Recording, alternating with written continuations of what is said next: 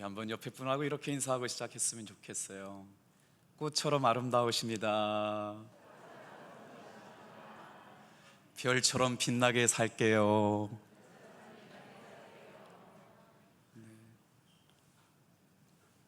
오늘 우리가 나눌 말씀은 시편 62편 1절에서 12절까지 말씀입니다.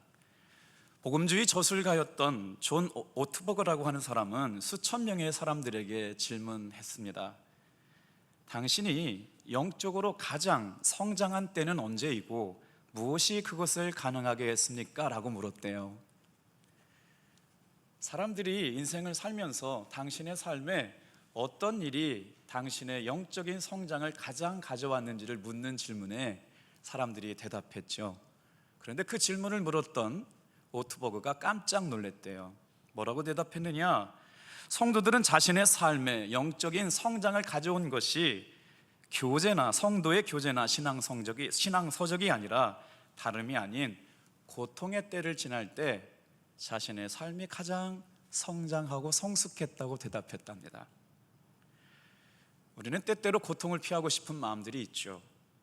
그것은 인간의 자연스러운 본능입니다. 하지만 어떨 때는 피할 수 없는 고통의 때가 찾아올 때가 있잖아요. 믿음도 흔들리고 믿었던 담도 넘어지고 경계로 쳐놨던 울타리까지 흔들리는 그런 상황을 만날 때에 오늘 우리는 무슨 고백을 가지고 그때를 이겨나갈 수 있을까요? 그래서 오늘 시인은 1편에 62편 1절에 이렇게 고백합니다. 같이 한번 읽어주실래요? 시작.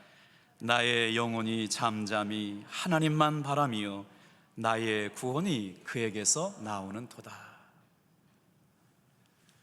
성경을 읽다가 중요한 단어에 밑줄을 치신다면 여러분은 어떤 단어에 밑줄을 치시겠어요? 저는 잠잠이라고 하는 단어를 밑줄 치고 말씀을 묵상하겠습니다.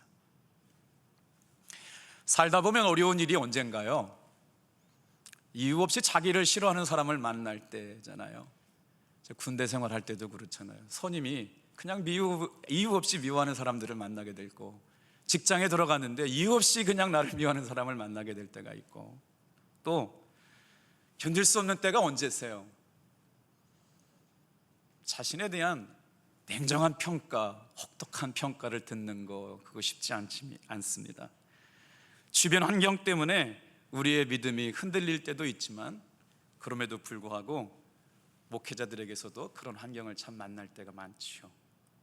그것이 괜찮은 사람은 없습니다. 그런데 성경에 보니까 말이에요, 하나님의 사람들, 믿음으로 살아간 사람들은 그럴 때도 믿음의 고백을 가지고 살았는데 어떻게 고백했느냐? 이렇게 고백했습니다. 우리 한번 따라해 주실래요? 지나고 나보니까 비난도 유익할 때가 있네. 제 주관적인 해석이 아니고요, 그때는 아프고 그때는 힘들게 만들었고 그것 때문에 견딜 수 없는 것 같았는데 시간을 지나고 나보니까 그렇게 얘기해 준 사람이 고맙더랍니다. 그렇게 얘기해 준 사람 때문에 정신 차렸답니다. 그것 때문에 훈련 교관이 돼서 반듯한 사람 됐답니다. 그런 사람들이 바로 하나님이 기뻐하시는 성숙한 그리스도인들 아닐까요? 믿어지시면 우리 그런 말씀을 가지고 말씀에 들어와 보세요. 자신에 대해서 냉정하게 비난하고 냉정하게 평가하는 그 이야기를 주님께서 겸손하게 하시라고 주신 시간이라고, 더 기도하게 하시는 시간이라고, 또 주님을 바라볼 수 있는 사람이 되게 하시는 시간이라고 생각하는 사람들은 삶이 흔들리고 믿음이 흔들릴 때마다 주님을 바라본 사람이 된 줄로 믿습니다. 오늘 이 시간 하나님의 말씀이 여러분의 귀에 들려지기를 축복해요. 사람들의 말이나 평가에 예민했던 목사님이 한 분 계셔요. 어느 날 교인의 무슨 말 때문에 마음 아파서 괴로웠답니다. 며칠 동안 끙끙 앓면서 힘들어하니까 지켜보던 사모님이 한 말씀 했어요.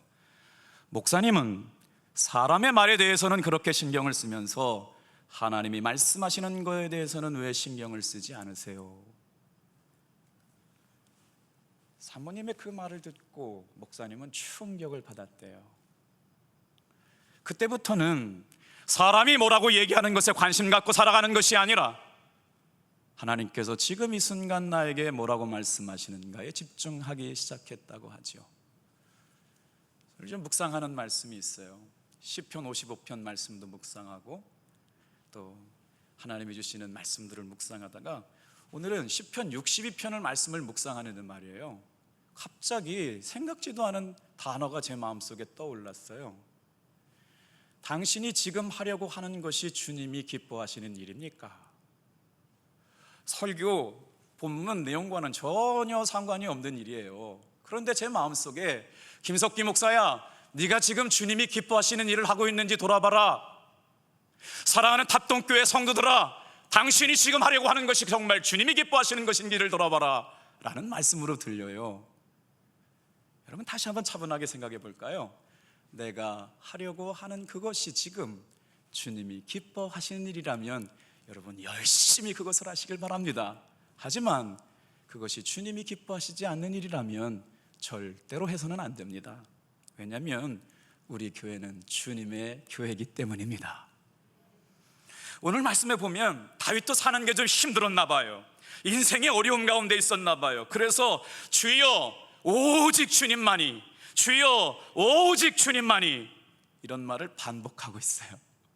우리 2절도 읽고요, 똑같이 6절에도 나와요. 같이 한번 읽어볼게요. 시작.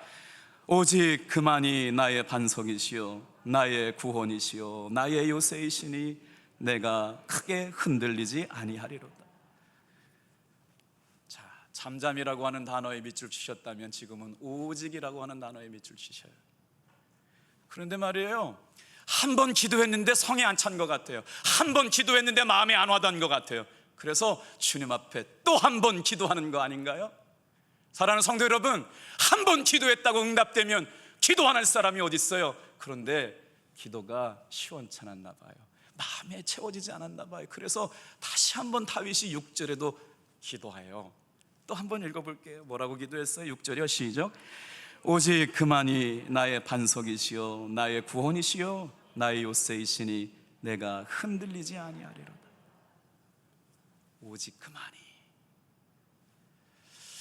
그렇구나. 성도들의 삶의 행복이 어디 있나? 오직 하나님께만 있는 줄로 믿습니다. 그래서 이 다윗이 인생의 위기를 만나고 믿음이 흔들릴 때 뼈저리게 느낀 거예요. 오직 주님만이 나의 힘이십니다. 오직 주님만이 나의 능력이십니다.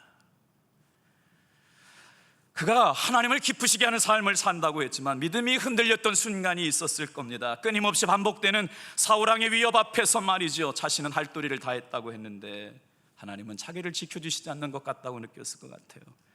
이만하면 된 것 같은데 환란이 또 찾아왔어요. 하나님께서 좀 막아주실 것 같기도 한데 하나님은 그렇게 역사하시지 않고 계시기 때문에 하나님 앞에 항변하고 있는 다윗의 고백 아니었을까요? 그런데 이 말씀을 묵상하면서 다윗의 믿음을 봅니다. 고비 때마다, 위기 때마다, 흔들릴 때마다 뭐예요? 믿음을 놓지 않고 있어요. 사랑하는 성도 여러분, 요즘 교회도 굉장히 위기를 합니다. 가정경제는 안 그렇겠어요? 근데 성도에게 더 큰 위기가 찾아와요. 기도하지 못하죠. 뜨겁게 찬양하지 못하죠. 예배하는 것이 너무너무 조심스럽죠. 그러다 보니까 우리의 영적인 생활도 침륜에 빠질 때가 됐습니다. 이때가 바로 기도해야 할 때인 줄로 믿습니다. 그래서 뭐라 그래요? 다윗은 인생의 고비 때마다 하나님의 일하심을 바라보며 믿음을 놓치지 않고 깨닫게 된 것이 있어요. 흔들림의 시간을 어떻게 지나가야 되느냐?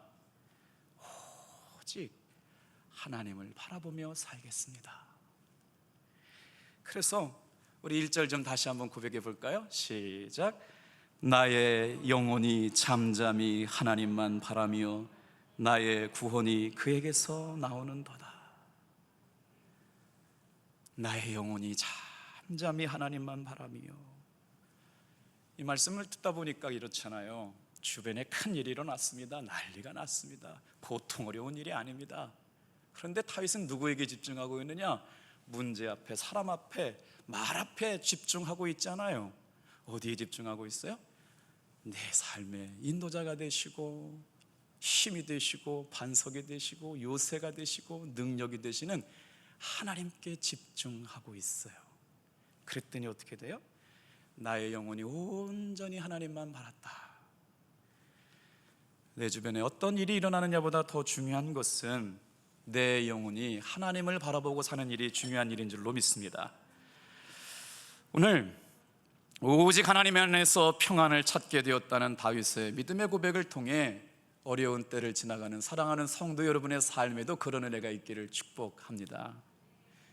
살다 보면 참 설명되지 않은 일들을 만날 때가 있어요.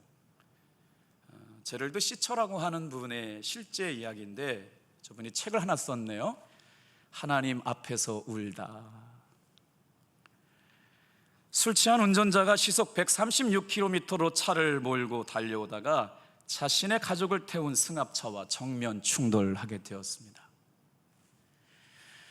거북길을 미처 돌지 못하고 차선을 넘어오는 그의 차는 자기 가족을 태운 차에 덮쳐서 그 교통사고로 누가 죽었느냐?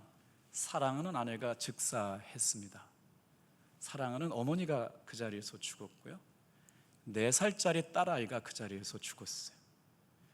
나머지 자녀 3명도 더 있었는데 다 중상을 입었어요. 이 책에 나오는 내용인데, 사고가 난 다음 날 이런 생각이 들었습니다. 자동차 사고에서 죽지 않고 살아남는 것은 형벌이라고. 하나님, 차라리 그때 같이 죽게 해주셨으면 낫을 거라 생각했습니다. 내 인생의 미래는 두려움으로 가득 찼고 이제 어떤 삶이 펼쳐질지 미지의 세계로 들어갔습니다. 세상에 교통사고가 난 거예요. 술 취한 차가 와가지고 자기의 승합차를 덮쳤는데 4살짜리 아이가 죽고 아내가 죽고 아내의 어머니가 죽었어요. 한순간 교통사고로 3사람이 다 죽었어요. 정신이 깨나서 보니까 차라리 그때 나도 죽었으면 했던 마음이 있었다는 거예요. 왜 살려두셨냐고요. 마치 형벌과도 같은 마음의 상태로. 자, 그분이 이제 그 느낌을 갖고 적어놓은 내용들이에요. 하나님은 나를 비극으로 몰아넣으셨다. 나는 원하든 원치 않든 그 길을 따라가야 했으며 내가 감당하기에는 매우 힘든 짐을 떠안았고 무거운 도전에 직면하게 되었다. 내 인생에서 믿음으로 사는 한 단계는 끝났고 이제부터는 흔들리는 믿음의 다른 단계의 가장 어려운 단계가 시작된 것이다.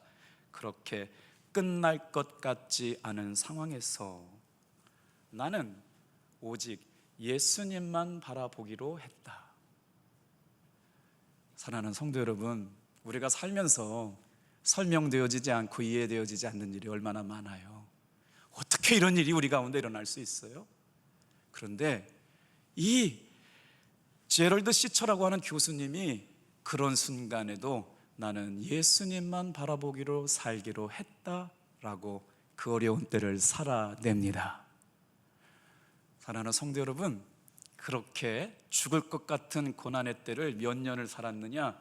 20년을 살아요. 놀랍죠? 그리고 다른 책을 하나 더 냅니다. 그 책 제목이 이래요. 하나님의 은혜. 오늘 여러분, 저에게 다가온 삶의 문제, 여러분이 겪고 있는 삶의 문제, 그런데 그 삶의 문제를 어떻게 반응하고 살아가느냐, 도저히 이겨낼 수 없는 것 같은 상황에서 하나님께서 은혜 주심을 믿고 견뎌냈더니 하나님 앞에서 울던 사람이 하나님 앞에 증거하고 자랑하고 간증하는 사람으로 세워주신 줄로 믿습니다. 자, 그 이제 책 제목이 바뀌었잖아요. 하나님 나에게 왜 그러세요? 울 수밖에 없는 상황에서 하나님의 은혜로 20년을 버텨내고 새로운 책 하나님의 은혜라고 하는 책 속에 나오는 단어 몇 가지를 설명해 드려 볼게요.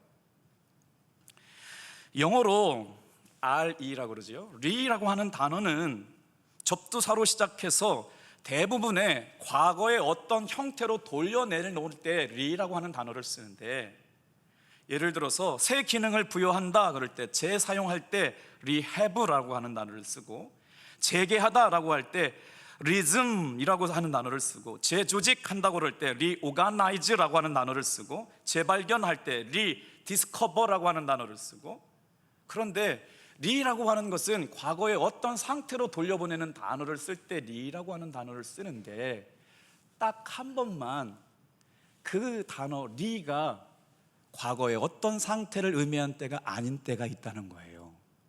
언제요? 다시 찾다, 속량하시다 라는 리딤이라고 하는, 하나님께서 예수님을 통해 구원하시려고 작정하신 사람을 다시 찾는 사건, 예수님 안에서 내가 예수님을 믿겠습니다라고 고백한 그때의 리딤이라고 하는 건 구속하셨다, 다시 찾다, 예수님 안에서 재창조되었다, 새로운 삶이 되었다라고 할 때는 과거의 삶이 아니라 하나님 안에서 새롭게 창조되어지는 미래를 강조할 때 쓰는 단어가 된답니다. 오늘 예수님 안에서 우리는요, 새롭게 사는 사람들이 된 줄로 믿습니다. 속량은 누구든가 나의 죄나 나의 허물을, 비용을 대신해서 줄 때만 가능한데, 예수님께서 나의 아픔과 나의 상처와 나의 눈물로 그것을 해결할 수 없을 때 예수님께서 값을 대신 지불해 주셨어요. 그래서 내 영혼을 다시 찾아오셨어요. 내 삶에 새로운 삶을 재창조해 주셨어요. 오늘 이런 은혜가 저와 여러분에게 부어주시고 계신 줄로 믿습니다. 그래서 뭐라 그래요? 예수 안에 소망이 있다고요. 예수 안에 능력이 있다고요. 나의 구원이 오직 그에게만 있다고 말하고 있는 겁니다. 다윗의 삶에도 받아들이기 힘든 일, 어려운 일들이 많았겠죠. 그런데도 흔들리지 않는 믿음을 지키게 된 것이 뭐랄까요? 우리 한번 2절도 같이 읽어보겠습니다. 같이 읽을까요? 시작. 오직 그만이 나의 반석이시요 나의 구원이시요 나의 요새이시니 내가 크게 흔들리지 아니하리라. 예수님의 사랑이 믿어지면 참을 수 있습니다. 예수님의 사랑이 경험되어지면 불평할 일 없습니다. 예수님의 은혜가 믿어지면 모든 걸 넉넉히 이길 수 있습니다. 하나님의 나라가 믿어지면 고난은 당연한 겁니다. 사도들은 복음을 위해서 다 그렇게 순교자의 삶을 살았습니다. 그래서 오늘 하나님의 은혜로 살아가는 사람들, 오직 믿음으로 살아가는 사람들에게는 이렇게 고백하고 있는 거죠. 잠잠히 하나님만 기다립니다. 내 영혼이 잠잠히 하나님만 기다립니다. 오늘 저와 여러분에게도 이런 고백이 있어지기를 축복합니다. 이 말씀을 묵상하면서 저에게 스스로 물어봤어요. 그러면 성도의 신앙이 가장 성숙되어지고 정말 믿음이 견고하게 세워질 때가 고통의 때를 지날 때라면, 제 인생 가운데 제일 어려웠던 때가 언제인가를 돌아봤더니 강원도에서 교회를 건축할 때가 제 인생 가운데 가장 힘들었던 때더라고요. 지나고 나 보니까 제가 강원도에서 가장 힘들었던 그때가 하나님께서 제 인생을 믿음의 훈련의 과정으로 삼으셨던 때예요.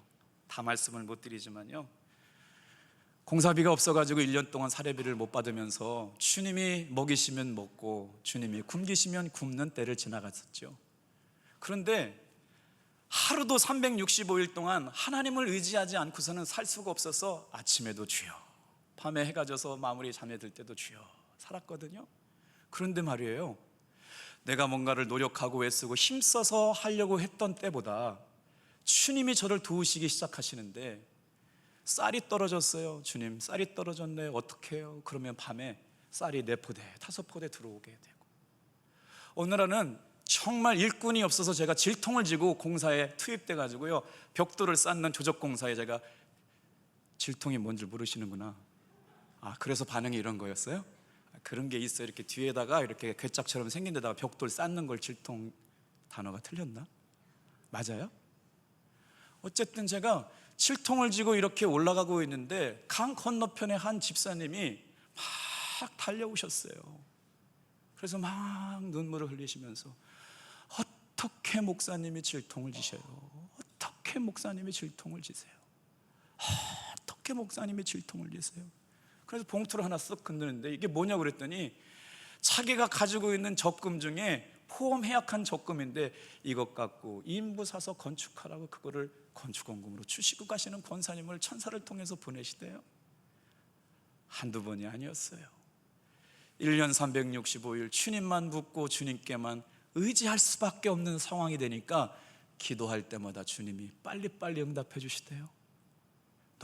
놀라운 은혜였어요. 그래서 제가 이걸 알아요. 가장 고난의 때를 지나가게 하실 때 제 삶에는 가장 하나님과 가까운 때를 살게 된 줄로 믿습니다. 암 환자가 일산국립암센터에서 기도해달라는 부탁을 받고 기도하다가 갑자기 하나님의 부어주시는 사랑 때문에 운전대를 붙잡고 그냥 눈물로 이런 기도를 한 적이 있어요. 주님, 저 이 순간 이대로 그냥 천국 데려가 주시면 안 돼요? 늘 주님과 교제하고 주님과 사귀고 주의 말씀 따라 순종하는 삶이 너무 감사해서 앞으로 제 삶에 죄 짓고 타락하는 일이 있기 전에 그냥 이 모습 이대로 저 데려갔으면 좋겠다고 고백을 한 적이 있어요. 왜요? 지금 돌아보니까 내 인생 가운데 가장 어려운 때가 바로 살아계신 하나님을 경험하는 가장 귀한 때인 것을 알게 되었다는 겁니다. 오늘 여러분의 삶이 편안해서 문제인가요? 힘들어서 문제인가요? 바로 지금이 주님이 나를 훈련하시는 때라고 믿어지면 넉넉히 이겨나갈 수 있게 될 줄로 믿습니다. 다윗도 처음부터 믿음의 용사는 아니었던 것 같아요. 그래서 뭐라고 얘기했냐면요, 여러 번의 실패를 겪으면서 믿음이 성장됐던 걸 알아요. 믿음이 실패했음에도 불구하고, 그것이 쓰라린 아픔이었음에도 불구하고, 우리 3절 한번 읽어볼까요? 어떤 실패가 있는지요. 시작. 넘어지는 담과 흔들리는 울타리 같이 사람을 죽이려고 너희가 일제히 공격하기를 언제까지 하려느냐. 다윗이 믿었던 게 있어요. 담이라고 하는 건 뭐예요? 자기를 보호하는 것인데요, 담이 어떻게 됐대요? 넘어졌네요. 다윗에게는 지금 보호해 줄 게 없어요. 울타리라고 하는 게 뭐예요? 여기는 내 땅이라고 하는 경계잖아요. 그런데 경계가 흔들려 버렸네요. 그러니까 어떻게 해요? 믿었던 담도 무너지고 또 경계도 무너지고 이제는 도저히 다윗이 살아갈 수 있는 힘과 용기가 없어요. 그래서 얼마나 어려운지 몰라요. 4절도 한번 보세요. 다윗의 입장이 어떤지. 시작. 그들이 그를 그의 높은 자리에서 떨어뜨리기만 꾀하고 거짓을 즐겨하니 입으로는 축복이요 손으로는 저주로다. 그런데 다윗의 믿음의 고백 좀 보세요. 다윗이 믿음으로 반응하는 것 좀 보세요. 어떻게 이겨요? 주님이 나를 부르신 것에는 후회하심이 없습니다. 주님은 그럼에도 나를 불러주셨습니다. 이 믿음으로 이기고 있어요. 그래서 어떻게 해요? 주님만 바라봤다고요. 주님만 신뢰했다고요. 주님만 의지했다고요. 오늘 62편에 여러분 얼마나 하나님을 신뢰하고 지금 간절하게 하나님을 찾고 있는지 62편에 하나님이라고 하는 단어가 5번이나 나와요. 하나님, 하나님, 하나님. 순간순간마다 여러분 내 힘 갖고 안 될 때, 믿음이 흔들릴 때 하나님 이름 불러가며 승리하는 여러분 되길 축복합니다. 다윗은 문제를 해결을 사모한 것이 아니라 오직 하나님 그분 한 분만을 바라보면서 이기고 있다는 겁니다. 우리 5절 말씀 읽어볼까요? 시작. 나의 영혼아 잠잠히 하나님만 바라라. 무릇 나의 소망이 그로부터 나오는도다. 이게 그냥 설교 말씀으로 지나가면 잘 안 와져요. 이렇게 밑줄을 한번 치시면서 나의 영혼아 잠잠히 하나님만 바라라. 무릇 나의 소망이 그로부터 나오는도다. 잠잠히 하나님을 바랄 때 내가 하나님 안에 거하고 있다는 걸 깨닫게 될 줄 믿습니다. 오늘 이 말씀을 묵상하고 여러분의 삶에 이 말씀을 적용하며 살아갈 수 있게 되기를 바라요. 왜요? 하나님이 나를 불러주셨기에 내가 흔들리지 않습니다. 하나님께서 지금 이 자리에 있게 하신 것이 무엇인지, 내 인생의 고비 때마다 어떻게 역사하셨는지 지난날 나와 함께 하셨던 그 은혜를 알기에 지금은 나는 주님만 바라보겠습니다. 7절 좀 한번 읽어볼게요. 시작. 나의 구원과 영광이 하나님께 있으며 내 힘의 반석과 피난처도 하나님께 있도다. 8절이요, 백성들아 시시로 그를 의지하고 그의 앞에서 마음을 토하라. 하나님은 우리의 피난처시로다. 여기서 마음을 토하는 게 뭐예요? 속상한 것 사람 앞에 얘기하고 다니면요 더 비참해지더라고요. 그런데 속상한 것 받아주시는 분이 계세요. 속상한 것 토하는 것은 하나님 앞에가 되기를 축복합니다. 그래서 그렇게 하는 거예요. 토설기도라고 그러죠. 이번 주에 제가 말씀을 묵상하다가 은혜 받은 구절이 있거든요. 저는 이렇게 얘기했지만 이 말씀이 들리지 않는 분들이 계실 수도 있어요. 그거 이겨지지 않던데, 목사님은 설교자니까 그냥 그렇게 얘기하지만 실제로 살아보면 그렇지 않던데 라고 하시는 분이 계실지 모르겠어요. 왜요? 하나님 안 보이시니까. 근데 제가 이런 마음을 가지고 믿음이 흔들리는 사람들에게 뭐라고 위로해 줄까 이렇게 묵상하다가 사도행전 17장 27절의 말씀을 주셨어요. 여러분의 하나님은 어디 계세요? 제가 믿는 하나님은 제 가까이 계십니다. 누군가 물어요. 당신이 믿는 하나님은 어디 계십니까? 라고 묻는다고 할 때 대답해 줄 수 있었으면 좋겠습니다. 이 말씀 읽고 마칠까요? 사도행전 17장 27절 말씀이에요. 시작. 이는 사람이 혹 하나님을 더듬어 찾아 발견하게 하려 하심이로되 그는 우리 각 사람에게서 멀리 계시지 아니다. 저는 하나님을 찾는데 어떻게 찾냐면 더듬어 찾는다는 말씀이 은혜로워요. 하나님이 여기 계시네 그냥 확 잡는 게 아니에요. 어떻게 찾아요? 더듬어 찾아. 여기 계신 거 막 찾아가고 있어요. 말씀 안에서 기도 가운데 주님 바라보면서 더듬어 찾아서 찾아봤더니 어디 계셨어요? 멀리 계신 게 아니고요 가까이 계신 하나님을 만났대요. 이런 은혜로 한 주간 승리하게 되기를 축복합니다. 기도하겠어요.